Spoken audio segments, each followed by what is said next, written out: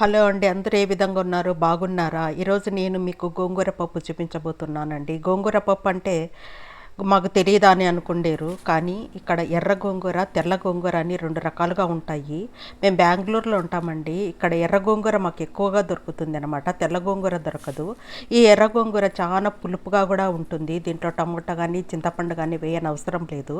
దీన్ని ఏ విధంగా చేస్తారో చూపిస్తానన్నమాట. గోంగూరనంతా ఒలుచుకున్నానండి, ఆకులన్నీ తీసి పెట్టుకున్నాను అన్నమాట. ఇది ఎర్ర గోంగూర అండి, చూడండి. ఆకులన్నీ ఒలిసి పెట్టుకున్న తర్వాత వీటినన్నిటినీ వీటికి ఏమేం పదార్థాలు కావాలో చూద్దామన్నమాట. ఆకులన్నీ చూడండి ఏ విధంగా ఒలిసి నేను పెట్టుకున్నాను. వీటికి ఏమేం పదార్థాలు కావాలో ఇప్పుడు చూద్దామన్నమాట.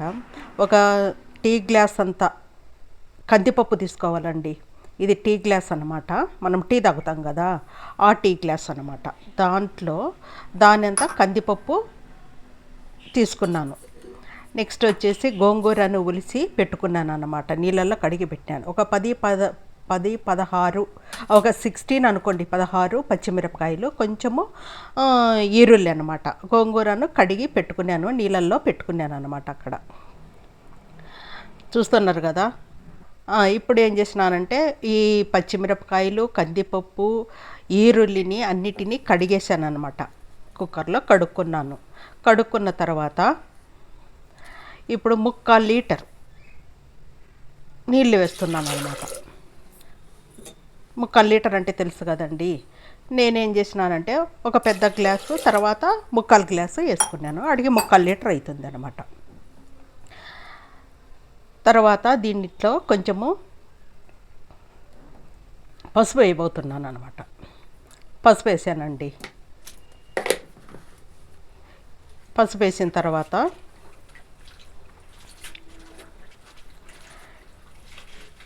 కడిగి పెట్టుకునే గోంగూర ఉంది కదండి, నీళ్ళల్లో కడిగి పెట్టుకున్నాను కదా గోంగూరను. ఆ గోంగూరని ఏం చేస్తున్నానంటే దీంట్లో వేస్తున్నాను అనమాట, కుక్కర్లో వేస్తున్నాను అనమాట. ఆ విధంగా కుక్కర్లో వేస్తున్నాను. మాకు గోంగూర పప్పు తెలియదా అనుకుండేరు, కానీ ఇది బ్యాచిలర్స్కు, వర్కింగ్ ఉమెన్స్కు చాలా స్పీడ్గా అయిపోయే వంటానండి. అందుకోసమే నేను మీకు చేసి చూపిస్తున్నాను. ఇది మాకు తెలియదా అని అనుకోవద్దండి. మీకు ఇష్టమైతే ఫాలో కాండి. చాలా స్పీడ్గా అయిపోతుంది అన్నమాట. గోంగూరను ఒక్కొక్కరు ఒక్కొక్క విధంగా చేస్తారు. కొంతమంది చాలా ఇంకా ఏమేమో అన్నీ వేసి చేస్తారు, కానీ నేను తక్కువ పదార్థాలతో చాలా స్పీడ్గా అయిపోయే వంటను మీకు నేను చూపించబోతున్నాను. చూడండి, అంత కడిగి పెట్టుకుని ఆ గోంగూరనంతా వేస్తున్నాను. దీంట్లో చింతపండు కానీ టమోటా కానీ ఏమీ వేయలేదు. తర్వాత పొంగు రాకుండా కొంచెం ఆయిల్ అనమాట, కొంచెమే ఆయిల్ వేయాలి. వేసి కుక్కర్ మూత పెట్టాలి. ఈ ఆయిల్ వేయడం వల్ల ఎందుకంటే కుక్కర్లో నుంచి ఆ పొంగంతా బయటికి రాదండి. కుక్కర్ ఏ విధంగా ఉంటుందో ఆ విధంగానే ఉంటుంది అన్నమాట. పైన మూతకంతా పొంగు వచ్చి కుక్కర్ అంతా పొంగు మాదిరి ఉంటుంది అన్నమాట. చూడండి, తర్వాత ఇది పెట్టాను అన్నమాట. విజిల్ పెట్టాను. విజిల్ పెట్టిన తర్వాత ఒక 4 విజిల్లు మనం రానిద్దాము. ఒక విజిల్ వచ్చిందండి. చూడండి, వస్తుంది కానీ కొంచెం అన్నమాట, ఎక్కువ పొంగదు. ఆయిల్ వేసిన తర్వాత ఒక విజిల్ వచ్చింది. తర్వాత 2వ విజిలు, తర్వాత 3వ విజిలు, 4 విజిల్లు వస్తాయండి. 4 విజిల్లు వస్తే చాలు, బాగా పప్పు అంతా ఉడికిపోయి ఉంటుంది అన్నమాట.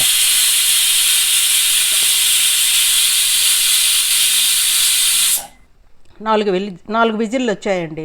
వచ్చిన తర్వాత ఇప్పుడు చూద్దాం ఏ విధంగా పప్పు అయిందో చూద్దాం. మన గోంగూర పప్పు ఏ విధంగా అయిందో చూద్దాం. తర్వాత దీంట్లో మనం ఏం వేయలేదో గుర్తుందా? ఏం వేయలేదంటే ఉప్పు వేయలేదు. మెయిన్ ఉప్పు ఎంత కావాలనో అంత వేసుకోండి. మరీ ఎక్కువ వేసుకోవద్దండి, తక్కువైనా పర్వాలేదు, తర్వాత కలుపుకోవచ్చండి. ఎక్కువైతే కనుక తినలేము. తర్వాత ఇది ఉంది కదా, పప్పు గుత్తి అంటారు, మ్యాష్ చేసేది. ఇది దీంతో బాగా మనం మ్యాచ్ చేయాలన్నమాట. వెనపాల ఈ పప్పు గుత్తికి ఒక హిస్టరీ ఉందండి. ఇది మా అత్తగారు నాకు ఇచ్చిన పప్పు గుత్తి. మా అత్తగారికి వాళ్ళ అత్తగారు ఇచ్చిన పప్పు గుత్తి. ఇది ఎన్నేళ్ళ సర్వీస్ ఉందో చూడండి ఈ పప్పు గుత్తికి.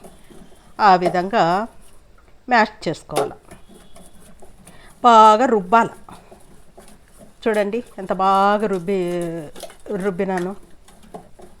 ఆ తర్వాత దీనికి మనం ఏం చేసుకోవాలా, తాలింపు పెట్టాలి. తాలింపు పెట్టాలంటే ఏమేం కావాలా, ఈరుల్లి, వెల్లుల్లి, తర్వాత ఎండుమిరపకాయలు, కరివేపాకు, ఆవాలు, జీలకర్ర, అంతేనండి.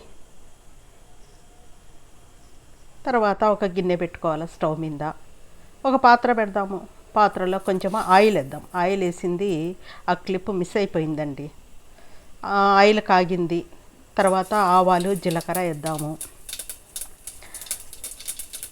అవి చిట్టపట్టలాడిన తర్వాత ఏమేద్దాము, ఇప్పుడు అన్నీ చూపించా కదా మీకు ఏమేమి వేయాల్సింది, అన్నీ ఒకేసారి వేస్తున్నానండి. వేసిన తర్వాత అవన్నీ బాగా దోరగా వేగాలి. దోరగా వేయించుకుందాం అన్నిటినీ.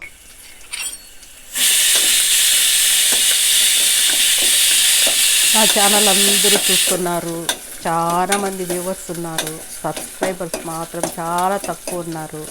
దయచేసి సబ్స్క్రైబ్ చేసుకోండి, నా ఛానల్ కొంచెం ఎంకరేజ్మెంట్ ఇవ్వండి. ఏమి ఈ విధంగా గిన్నె అటు ఇటు పోతుంది అనుకోవద్దండి. ఒక్కదాన్ని షూట్ చేసుకున్నాను, సరిగా చేయలేకపోయాను, ఏమనుకోవద్దండి. ఆ తాలింపు వేగుతూ ఉందండి, వేగుతూ ఉంది. వేగిన తర్వాత ఆ క్లిప్ మిస్ అయిందండి. ఆ పప్పు అంత మ్యాష్ చేసి పెట్టుకున్నా కదా, దాన్ని వేయడం అది మిస్ అయిపోయింది. చేసిన తర్వాత ఈ విధంగా మనకు పప్పు అయిపోతుంది అన్నమాట. దీన్ని మన అన్నంలో తినొచ్చు, చపాతీ, పూరి, జొన్న రొట్టెలు నానక విధంగా తినొచ్చు అండి. ఇంతేనండి.